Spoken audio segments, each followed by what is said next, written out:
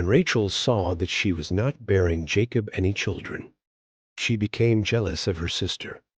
So she said to Jacob, "Give me children, or I'll die." Jacob became angry with her and said, "Am I in the place of God? Who has kept you from having children?" Then she said, "Here is Bilhah, my servant. Sleep with her so that she can bear children for me, and I too can build a family through her." So she gave him her servant Bilhah as a wife. Jacob slept with her, and she became pregnant and bore him a son. Then Rachel said, "God has vindicated me. He has listened to my plea and given me a son." Because of this, she named him Dan. Rachel's servant Bilhah conceived again and bore Jacob a second son. Then Rachel said, "I have had a great struggle with my sister, and I have won." So she named him Naphtali. When Leah saw that she had stopped having children, she took her servant Zilpah and gave her to Jacob as a wife. Leah's servant Zilpah bore Jacob a son. Then Leah said, "What good fortune!" So she named him Gad. Leah's servant Zilpah bore Jacob a second son. Then Leah said, "How happy I am!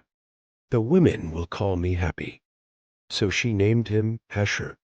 During wheat harvest, Reuben went out into the fields and found some mandrake plants, which he brought to his mother Leah. Rachel said to Leah, "Please give me some of your son's mandrakes." But she said to her, "Wasn't it enough that you took away my husband?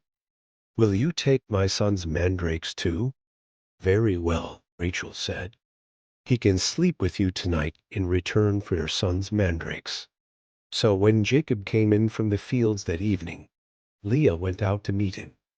"You must sleep with me," she said. "I have hired you with my son's mandrakes." So he slept with her that night. God listened to Leah, and she became pregnant and bore Jacob a fifth son. Then Leah said, "God has rewarded me for giving my servant to my husband." So she named him Issachar. Leah conceived again and bore Jacob a sixth son.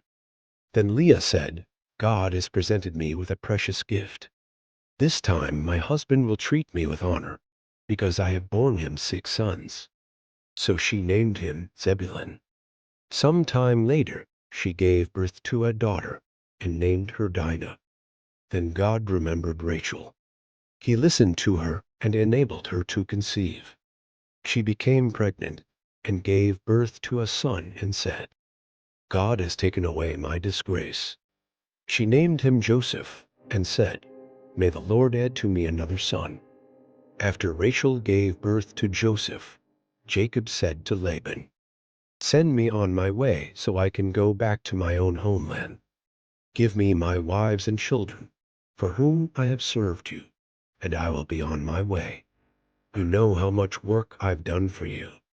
But Laban said to him, "If I have found favor in your eyes, please stay.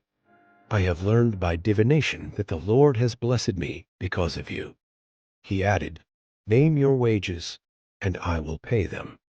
Jacob said to him, "You know how I have worked for you and how your livestock has fared under my care. The little you had before I came has increased greatly, and the Lord has blessed you wherever I've been. But now, when may I do something for my own household?" "What shall I give you?" he asked. "Don't give me anything," Jacob replied. "But if you will do this one thing for me, I will go on tending your flocks and watching over them.